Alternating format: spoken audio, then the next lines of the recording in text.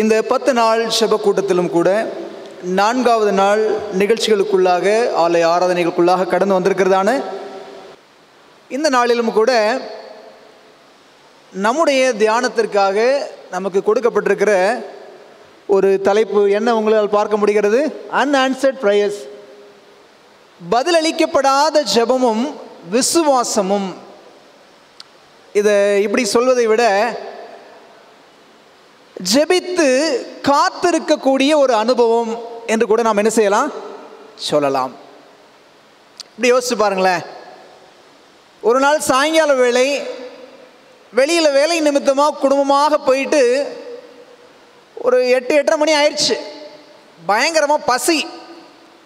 சபரிஸ் ஹோட்டலுக்கு போய் சாப்பிடலாம் அப்படின்னு குடும்பமாக போய் உட்காந்துருக்குறீங்க. போன உடனே மசால் தோசை ஆர்டர் பண்ணியிருக்கிறீங்க. மசால் தோசை ஆர்டர் பண்ணி வர்றதுக்கு எவ்வளோ நேரம் ஆகும்? ஒரு 15-20 நிமிஷம், ஒரு அரை மணி நேரம் தாண்டுது. நம்முடைய உணர்வுகள், அனுபவம் எப்படி இருக்கும்? தோசை மேலே தண்ணி தெரிச்சா எப்படி கடுகடுன்னு சத்தம் வருமோ, அதே போல தான் நம்முடைய இருதயத்தின் உணர்வும் அப்படியே கடுகடுன்னு தான் இருக்கும். காத்திருக்கிறது அப்படிங்கிறது எல்லாருக்குமே கசக்கக்கூடிய ஒரு அனுபவம் தான், இல்லையா? வரிசையில் காத்திருக்கிறீங்களா? ரயில்வே ஸ்டேஷனில் போய் என்னைக்காவது தக்கல் டிக்கெட் புக் பண்ணுறதுக்காக காத்திருந்து பார்த்துருக்குறீங்களா? ஹாஸ்பிட்டலில் டாக்டருக்காக காத்திருக்கிறோமா? ரயில்வே ஸ்டேஷனில் ட்ரெயினுக்காக காத்திருக்கக்கூடிய ஒரு சூழ்நிலைன்னு வச்சுக்கோங்க. இந்திய தேசத்தை பொறுத்தளவில் ட்ரெயின் என்றைக்குமே டைமுக்கு வந்தது கிடையாது. அரை மணி நேரம் 40 நிமிஷம் அப்படின்னு ஆகுதுன்னு வச்சுக்கோங்க. நம்முடைய உணர்வுகள் எப்படி இருக்குது? இவ்வளவு எதுக்குங்க? வயிற்றில் இருக்கிற குழந்தை ஆணா பெண்ணாங்கிறத அறிஞ்சுக்கிறதுக்கு 10 மாதம் கூட இன்றைக்கி யாரும் காத்திருக்கிறது இல்லை. இப்போவே தெரியணும். இன்னொரு பக்கம் இளைய தலைமுறையை கேட்டீங்க அப்படின்னு சொன்னால், இப்போ 18 வயசுக்கு அப்புறம் தான் வண்டி ஓட்டணும், அது வரைக்கும் கொஞ்சம் வெயிட் பண்ணுப்பா அப்படின்னா யாரும் கேட்குறது இல்லை. 10 வயசு 11 வயசுலேயே 2 வீலரை தூக்கிட்டு கிளம்பிடுறாங்க. அவசரம் என்றைக்குமே ஆபத்து தான். இந்த நாளிலும் கூட உலக வாழ்க்கையிலே நாம் காத்திருக்க வேண்டியது இருக்கிறது அவசியம் என்று சொன்னால், ஆவிக்குரிய வாழ்க்கையில் ஜெப தேவைகளுக்காக ஜெபித்து நாம் காத்திருக்க வேண்டியது எவ்வளவு அவசியமான காரியம். வாசிக்க கேட்ட வேத பகுதிக்குள்ளாக நம்முடைய கவனத்தை திருப்புவோம். ஏசாயா தீர்க்கதரிசன புத்தகம் 40வது அதிகாரம் 31வது வசனத்தை வாசிக்க கேட்டோம். கர்த்தருக்கு காத்திருக்கிறவர்களோ புது பலன் அடைந்து எப்படி எழும்புவாங்களா? கழுகுகளை போல எழும்புவார்கள். ஏன் ஆண்டு வந்த இடத்துல கழுகுகளை போல எழும்புவார்கள் சொன்னார் தெரியுங்களா? கழுகு ஒரு குறிப்பிட்ட காலகட்டத்திற்கு பின்பாக தன்னைத்தானே புதுப்பித்துக் கொள்ளக்கூடிய ஒரு அனுபவத்திற்குள்ளாக கடந்து போகுமா. ஒரு உயரமான மலையோ பாறைக்கோ போய் தனக்காக ஒரு கூடு ஒன்றை தேடிக்கொண்டு தனக்கு எதிராக இருக்கக்கூடிய பாறையில் தன்னுடைய அலகை குத்தி உடைக்குமா. உடைச்சி அந்த அலகு புதுப்பிக்கப்பட்ட பின்பாக தன்னுடைய உடலை கீறி அதில் மேலே இருக்கக்கூடிய இறகுகள் எல்லாத்தையும் எடுத்து போட்டுருமா. இந்த அனுபவங்கள் கிட்டத்தட்ட 50 நாள் நடக்குமா. கிட்டத்தட்ட ஒரு 5 மாதம் கழுகு பறக்காமலே இருக்குமா.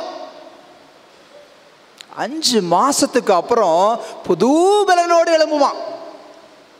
5 மாதம் கழுகு காத்திருந்தது சும்மா இல்லைங்க, பலனை பெற்றுக்கொள்வதற்காகவே காத்திருந்தது.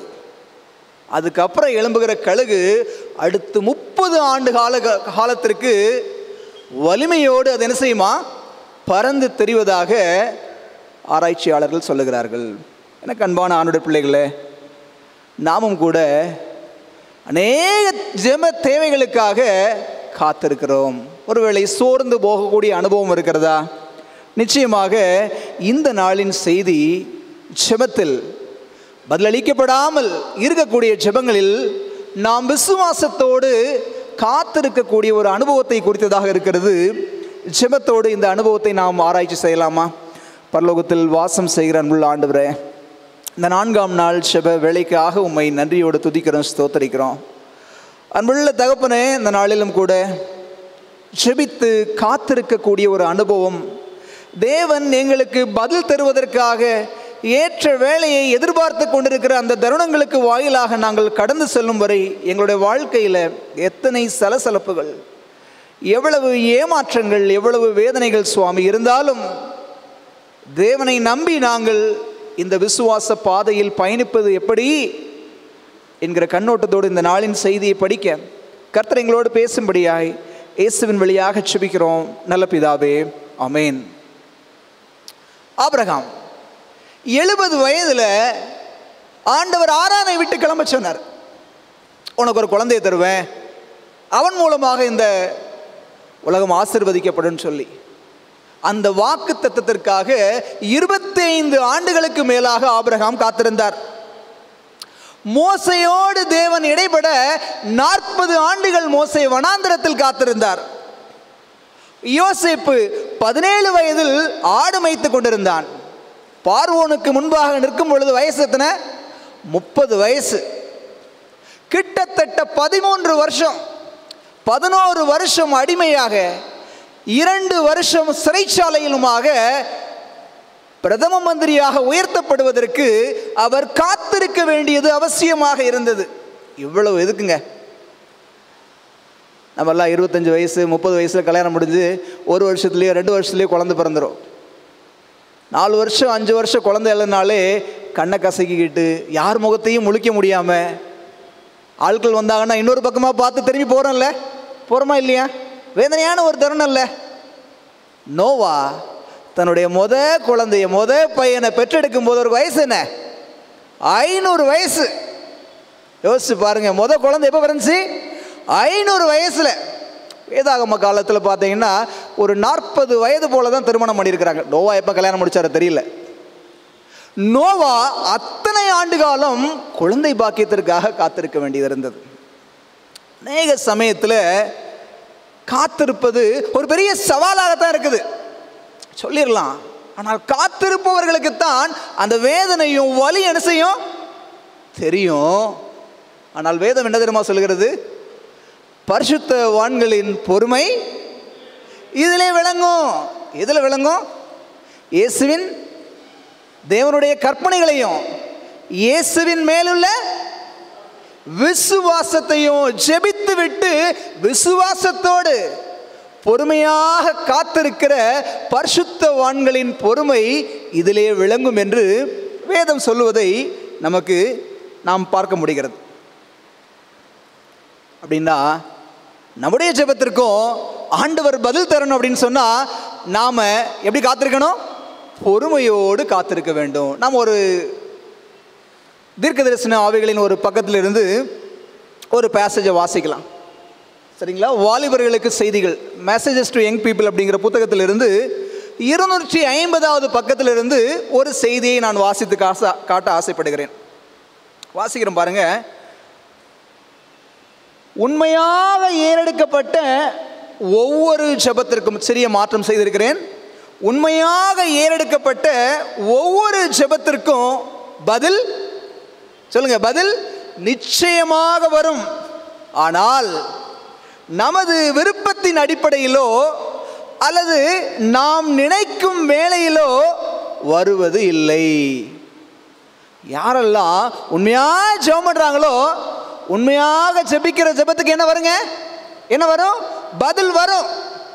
ஆனா எப்படி பதில் வரும்? நான் நினைக்கிற மாதிரி பதில் வரணும் அப்படின்னு நம்ம எதிர்பார்க்க கூடாது. நான் நினைக்கிற வேளையில பதில் வரணும் அப்படின்னு நாம எதிர்பார்க்க கூடாது. அப்படின்னு சொன்னா எப்போ வரும்?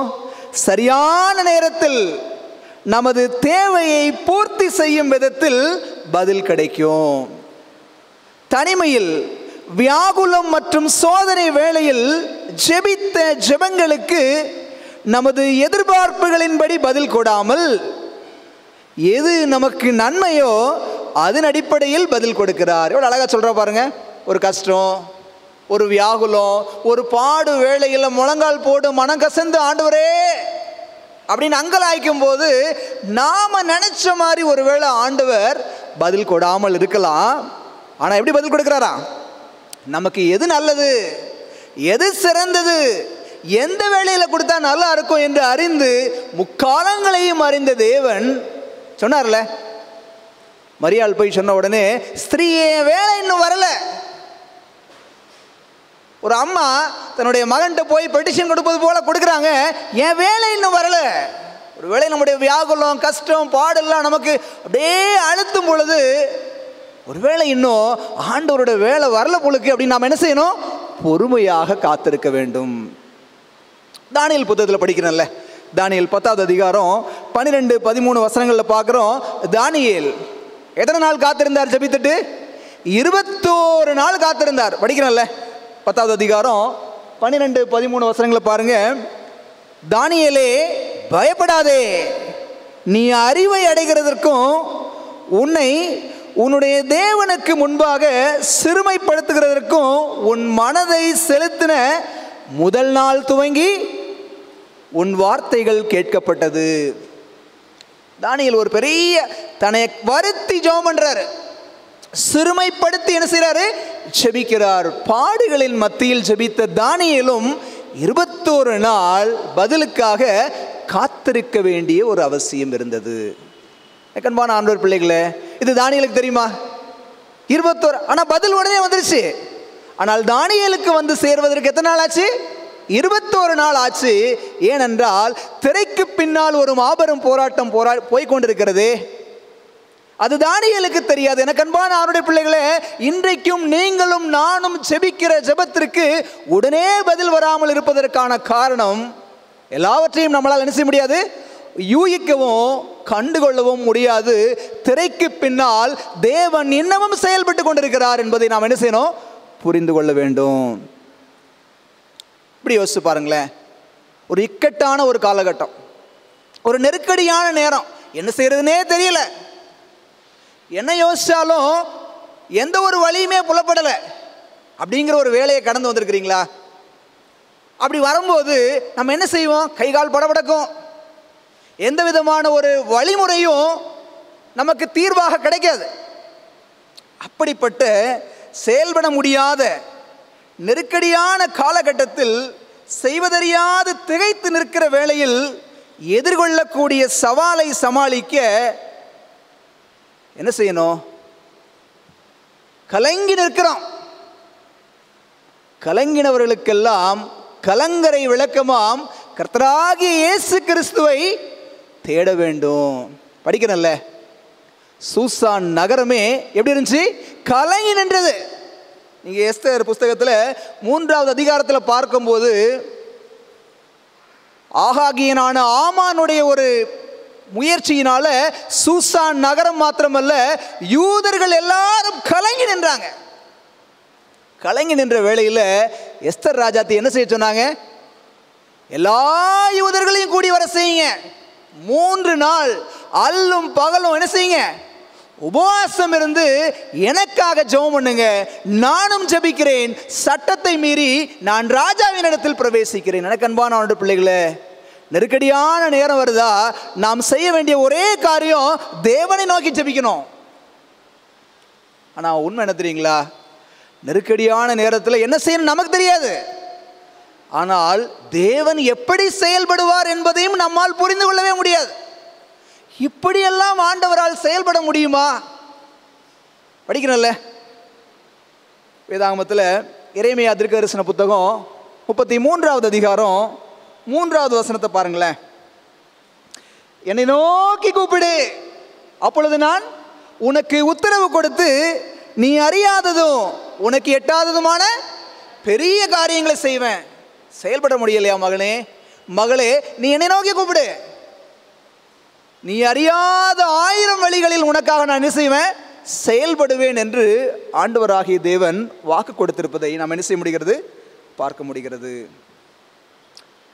நான் ஒரு உண்மை சம்பவத்தை வாசித்தேன். என்ன அப்படின்னு சொன்னால், ஒரு நண்பர் ஒருத்தர் இருந்தார். அவர் என்ன பண்ணார்னு சொன்னால், தன்னுடைய வியாபாரத்து நிமித்தமாக வங்கியில் கடன் வாங்கியிருந்தார். தன்னுடைய வியாபாரத்து நிமித்தமாக வங்கியில் கடன் வாங்கினார். கடன் தொகையை ஒரு சில வாரங்கள் என்ன பண்ணாராம்? தவறாமல் செலுத்தி கொண்டிருந்தாராம். ஆனால் நாள் ஆக ஆக வியாபாரம் சரியாக நடக்கலை, பணத்தை சரியாக கட்ட முடியலை. அப்போ பேங்க்லேருந்து என்ன பண்ண ஆரம்பித்தாங்க? ஃபோன் மேலே ஃபோனு தகவல் கொடுத்தாங்க, நீங்கள் பணத்தை சரியாக கட்ட முடியாவிட்டால் உங்களை நாங்கள் என்ன பண்ணுவோம், சிறைக்கு அனுப்ப நேரிடும் அப்படின்னு சொல்லி என்ன பண்ணாங்களாம், நோட்டீஸ் கொடுத்தாங்களாம் அவருக்கு. இப்போ அன்னைக்கு வீட்டில் உட்காந்துருக்கிறாரு, ஒரு பயங்கர நெருக்கடியான சூழ்நிலை, போய் யார்ட்டெல்லாமோ தெரிஞ்சவங்ககிட்டலாம் காசு கேட்டு பார்க்குறாரு, யாருமே கொடுக்க முன் வரலை. இவருக்கு என்ன செய்யறதுனே தெரியலை. ஐயோ, மான மரியாதையெல்லாம் இழந்து ஜெயிலுக்கு போக வேண்டிய நிலைமை வருமானு சொல்லி ரொம்ப கலங்கி போயிருக்கிறாரு. அன்றைக்கு ராத்திரியில் அவர் என்ன பண்ணார் தெரியுங்களா? தூங்க முடியல. இயேசுவே, இந்த உலகத்தில் எனக்கு உதவி செய்வதற்கு யாருமே இல்லை அப்படின்னு சொல்லிட்டு 57வது சங்கீதம் 3வது வசனத்தை எடுத்து படிச்சாராம். யாராவது படிக்கிறீங்களா? 57வது சங்கீதம் 3வது வசனத்தை அவர் படிச்சாராம். யாராவது படிங்கள் பார்ப்போம். அவர் பரலோகத்திலிருந்து எனக்கு ஒத்தாசை அனுப்பி என்னை ரட்சிப்பார் அப்படிங்கிற போது சிஸ்டர். தேங்க்யூ. இந்த வார்த்தையின் அடிப்படையில் ராத்திரி ஃபுல்லாக ஜெபம் பண்ணாராம். அவர் பரலோகத்திலிருந்து எனக்கு ஒத்தாசை அனுப்பி ரட்சிப்பார் அப்படிங்கிற வார்த்தையின் அடிப்படையில் ஜெபம் பண்ணிட்டு படுத்துட்டாராம். காலையில் கதவு தட்டப்படக்கூடிய சத்தம். யாருன்னு சொல்லி பார்த்தா ஒருவேளை போலீஸ்காரங்க தான் வந்துட்டாங்க போலுக்குன்னு பயந்து பயந்து போய் கதவை திறக்கிறார். ஒரு பெண்மணி வந்து, மன்னிக்கணும், காலையில் எந்திரிச்சு கதவை திறந்து கொண்டு வீட்டு வாசலில் உட்கார்ந்துருக்கிறார். உட்கார்ந்துருக்கிற வேளையில் ஒரு பறவை ஒன்று பறந்து ஒரு வீட்டுக்குள்ளே போச்சான். வீட்டுக்குள்ளே போய் உட்காந்து அது பாட்டு ரிங்காரம் போட்டு அப்படியே பாடிக்கிட்டே இருந்துச்சான். அது அவருக்கு மனசுக்கு ரொம்ப ரம்மியமாக இருந்ததுனால அந்த பறவையை பிடிச்சி என்ன பண்ணாராம், ஒரு பறவைக்கான ஒரு கூண்டில் அடைச்சி வச்சுருந்தாராம். கொஞ்சம் நேரம் கழித்து ஒரு பெண்மணி வந்து, ஐயா, எங்களுடைய எஜமானியுடைய பறவை உங்கள் வீட்டு பக்கமாக தான் பறந்து வந்துச்சு, அது உங்களுடைய வீட்டில் இருந்தால் கொடுங்க, எங்கள் எஜமானி அதை தன் உயிரை போல நேசித்து வருகிறார், இது இல்லைன்னு சொன்னால் அவங்களுடைய நிலைமை ரொம்ப பரிதாபமானதாக இருக்கும் அப்படின்னு சொல்லி சொல்கிறாங்க. சொன்ன மாத்திரத்தில், ஆமாம்மா, இந்த பறவை என்னுடைய வீட்டில் தான் வந்துச்சு, நான் தான் அங்கே அடைச்சி வச்சுருக்கிறேன்னு சொல்லி ரொம்ப அழகாக பாடுது அப்படின்னு சொல்லி என்ன பண்ணாராம், அந்த பறவையை அந்த அம்மாட்ட கொடுத்துட்டாராம். போன அம்மா இன்னும் கொஞ்சம் நேரம் கழித்து திரும்ப வந்தாங்களாம். திரும்ப வந்துட்டு, ஐயா, எங்களுடைய எஜமானியுடைய பிராணனையே நீங்கள் மீட்டு கொடுத்ததுனால எங்களுடைய எஜமானி அம்மா உங்களுக்கு வெகுமதியாக இந்த பரிசு தொகையை கொடுக்க சொன்னாங்க அப்படின்னு சொல்லி கொஞ்சம் பணத்தை அவங்க கையில் கொடுத்துட்டு அந்த அம்மா போயிட்டாங்களாம். இந்த மனுஷனுக்கு என்ன செய்யறதுனே தெரியல. போய் முழங்கால் போட்டு ஜெபம் பண்ணி ஆண்டவருக்கு நன்றி சொல்லிவிட்டு அதில் இருக்கக்கூடிய பணத்தை எடுத்து பார்க்குறாராம். அவர் பேங்குக்கு எவ்வளவு தொகை கட்டி தன்னுடைய கடனை முடிக்க வேண்டியது இருந்ததோ கன கச்சிதமாக அவ்வளவு தொகை அங்கே இருந்ததாம். கண்பான அவனுடைய பிள்ளைங்களை, ஒரு பறவையின் மூலமாக கூட தேவனால் செயல்பட முடியும். செயல்பட்டிருக்கிறாரா பறவையின் மூலமாக? வேதாகமத்தில் பறவையின் மூலமாக தேவன் தம்முடைய பிள்ளைகளை போஷித்திருக்கிறாரா? எலியாவை போஷித்த தேவன், அவருடைய வழிகள் நம்மால் ஆராயப்பட முடியாதவைகளாக இருக்கிறது. கண்பான அவனுடைய பிள்ளைகளே, இருந்தாலும் என்னுடைய ஜெபத்திற்கு பதில் வராமல் இருக்கக்கூடிய அவருக்கு பதில் கிடைச்சது. ஒருவேளை நமக்கு இது மாதிரி ஒரு சூழ்நிலையில் பதில் வராத ஒரு நிலை இருக்குமானால் தேவன் எனக்காக இடைபடுவார், சரியான வேளையில் பதில் கொடுப்பார் என்று சொல்லி விசுவாசத்தோடு நாம் காத்திருக்க வேண்டியது அவசியமாக இருக்கிறது. ஒரு காரியம் யோசிச்சு பாருங்களேன்.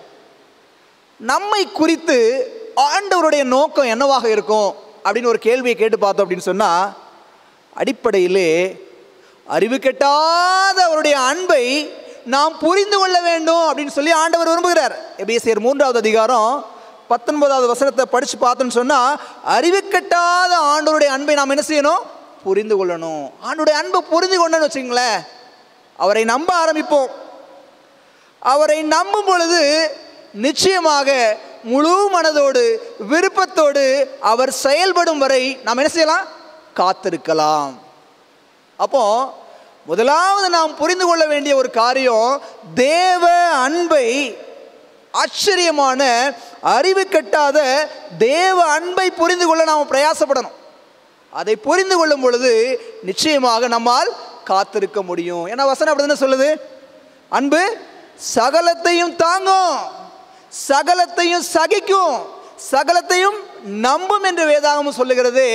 மெய் தெய்வத்தின் அன்பை நீங்களும் நானும் புரிந்து கொள்வோமானால் நிச்சயமாக அவர் பதிலளிக்கும் வரை அந்த அன்பின் அடிப்படையில் அவரை நம்பி நாம் அவருக்காக என்ன செய்யலாம்? காத்திருக்கலாம்.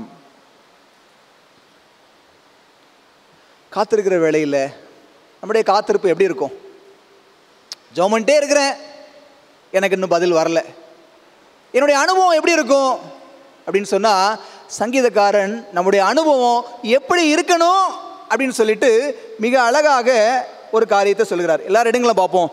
123வது சங்கீதத்தை எடுத்து, யாரெல்லாம் உண்மையில் நான் ஜெபம் பண்ணிட்டே இருக்கிறேன், எனக்கு பதில் வரவே இல்லை, 1 வருஷமாக ஜெபம் பண்ணுறேன், 2 வருஷமாக ஜெபம் பண்ணுறேன், 5 வருஷமாக ஜெபம் பண்ணுறேன், 10 வருஷமாக ஜெபம் பண்ணுறேன், 20 வருஷமாக ஜெபம் பண்ணுறேன், எனக்கு பதிலே கிடைக்கல அப்படின்னு யாராவது நினச்சிங்கன்னா, நம் அனைவருக்காக பரிசுத்த ஆவியானவர் எழுதி வைத்திருக்கிற வேத வாக்கியம் இதுதான்.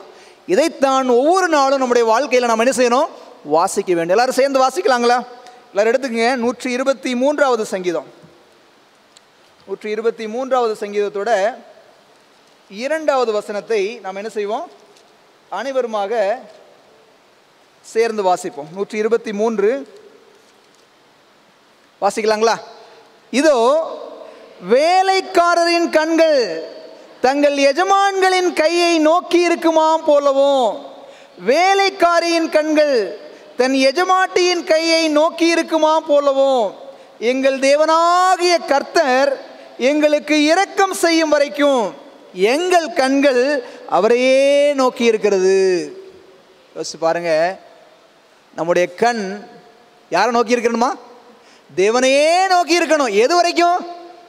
ஒரு நேரம் ஜெபம் பண்ணதை அதோட முடிச்சிங்களா? இல்லை 2 நேரம் அல்லது 6 மாதம் 1 வருஷம் மாத்திரம் அவரை நோக்கி ஜெபம் பண்ணிட்டு அப்படியே விட்டுறணும் அப்படின்னு வேதம் சொல்லலை. அவர் இரக்கம் செய்யும் வரைக்கும் நம்முடைய கண்கள் யாரை நோக்கி இருக்கணுமா? அவரை நோக்கி இருக்கணும். எனக்கு அன்பான அவனுடைய பிள்ளைகளே, தொடர்ந்து ஜெபித்து கொண்டிருக்கிற நாம் நம்முடைய ஜெபத்திற்கு காலதாமதம் ஆவதை உணர்வோமானால் நம்முடைய கண்கள் கர்த்தரையே நோக்கி இருக்கணும். காலம் கனியும் பொழுது, கர்த்தரின் வேலை வரும் பொழுது நிச்சயமாக அவர் என்ன செய்வார்? பதில் கொடுப்பார் என்பதை நாம் என்ன செய்ய முடிகிறது? பார்க்க முடிகிறது. இந்த செய்தியோட இன்னொரு கோணத்தை நாம் என்ன செய்வோம்? யோசித்து பார்ப்போமே. நாம் ஆழமாக நிதானித்து பார்க்க வேண்டிய ஒரு உண்மை ஒன்று இருக்கிறது. என்ன உண்மை தெரியுங்களா?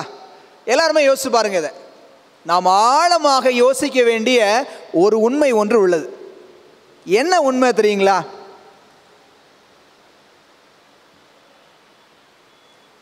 கிறிஸ்து பூமியிலே வந்து நமக்காக மரித்தது நாம சுகபோகமா வாழணும் அப்படிங்கிறதுக்காக மட்டும்தானா?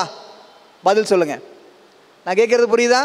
இயேசு கிறிஸ்து பூமியில் வந்து மரித்தது நாம் எல்லோரும் சுகபோகமாக மட்டுமே வாழணும் அப்படிங்கிறதுக்காக மரித்தாரா?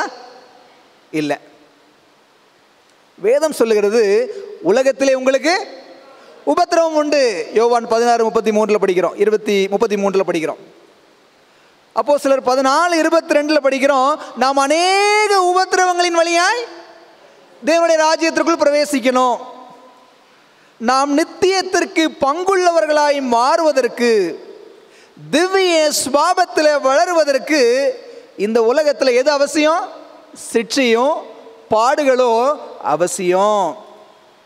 அவைகளே ரட்சிப்பிற்கு ஏதுவான ஒரு குணமாற்றத்தை என்ன செய்கிறது? கொண்டு வருகிறது. சொல்றாங்கல்ல, நோ பெயின், சொல்லுங்க, நோ பெயின் நோ கெயின். மழையின்றி பயிர் இல்லை அப்படிம்பாங்க, அப்படிதானே?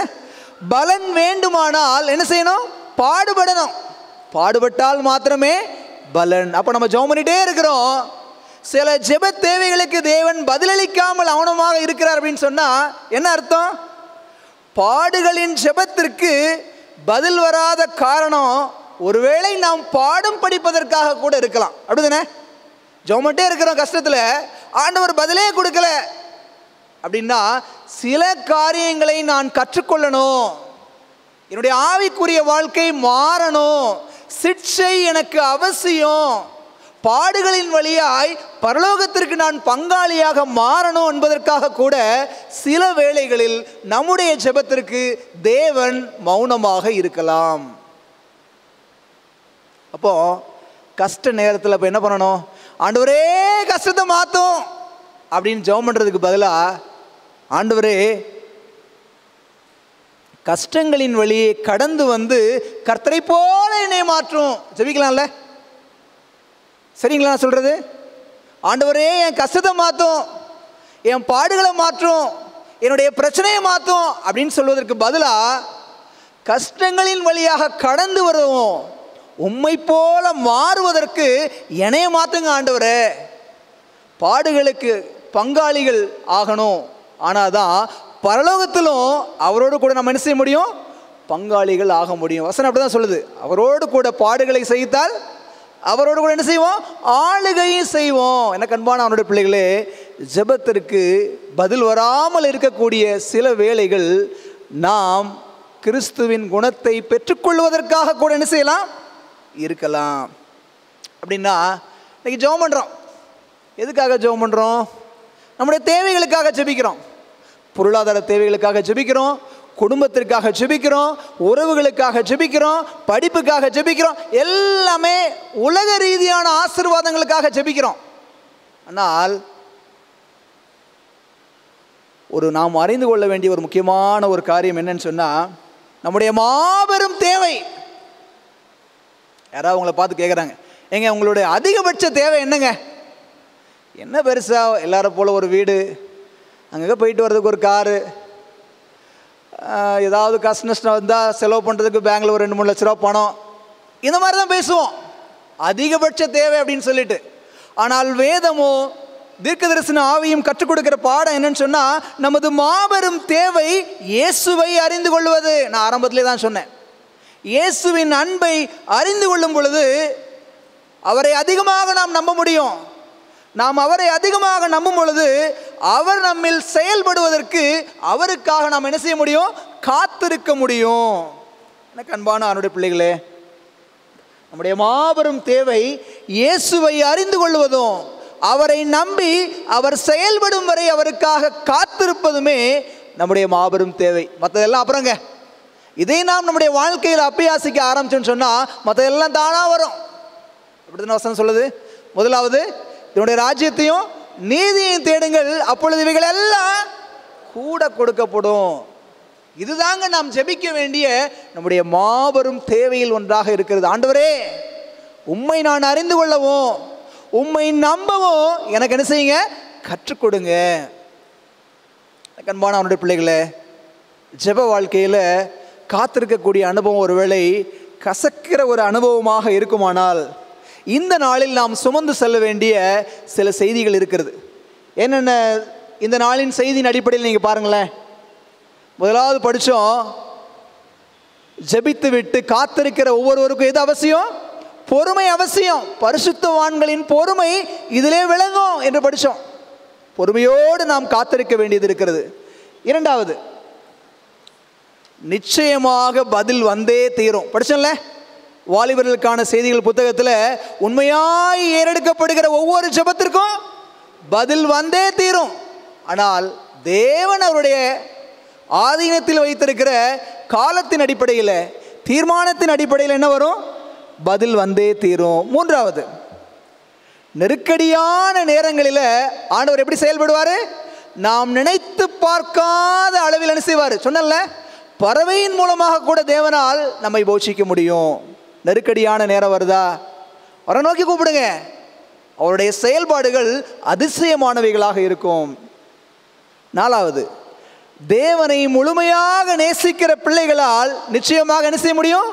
காத்திருக்க முடியும்.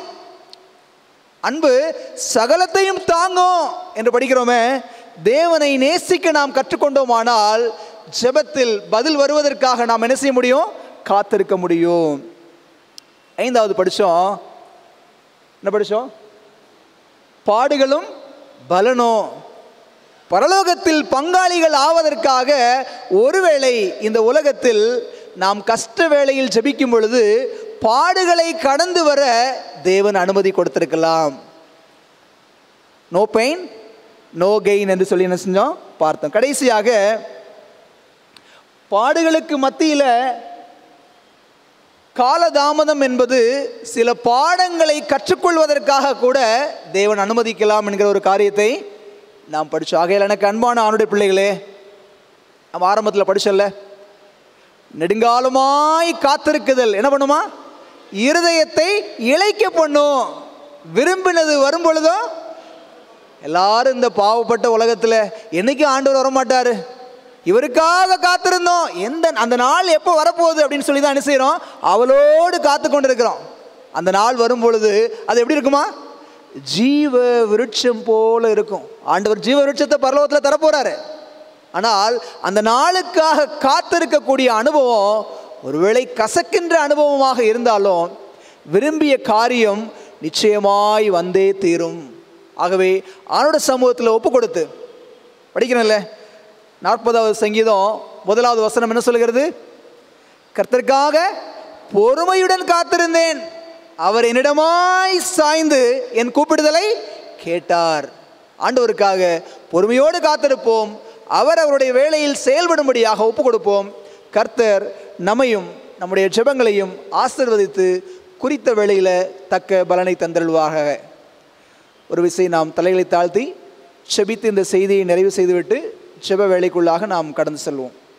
பரலோகத்தில் வாசம் செய்கிற அன்புள்ள ஆண்டவரே, தர்மையான 4ஆம் நாள் ஜெப வேளைக்காக உமக்கு நன்றி. ஆண்டவரே, ஜெபித்து விட்டு தேவன் செயல்படும்படியாக நாங்கள் காத்திருக்கும்படியாக அழைக்கப்பட்டிருக்கிறோம். அநேக வேளைகளில் காத்திருத்தல் எங்களுக்கு சவாலாகவும் சங்கடமாகவும் இருக்கிறது தகப்பனே. ஆனாலும் தேவனை நம்பி அவரை நேசித்து நாங்கள் பக்குவம் அடையும்படியாக சில காரியங்களை தேவன் அனுமதிக்கிறார். ஏற்ற வேளையில் அவர் பதில் கொடுக்கிறார் என்று அநேக விதமான செய்திகளை நாங்கள் புரிந்து கொண்டோம். ஆண்டவரே, கற்றுக்கொண்ட செய்தியின் அடிப்படையில் எங்களுடைய வாழ்க்கையை நாங்கள் நடத்துவதற்கு பரலோகத்தின் ஆவியானவர் எங்களோடு இடைப்படும்படியாய் செபிக்கிறோம். இயேசுவின் மூலம் வேண்டிக் கொள்கிறோம். கிருபை இந்த நல்ல தகப்பனே, ஆமென்.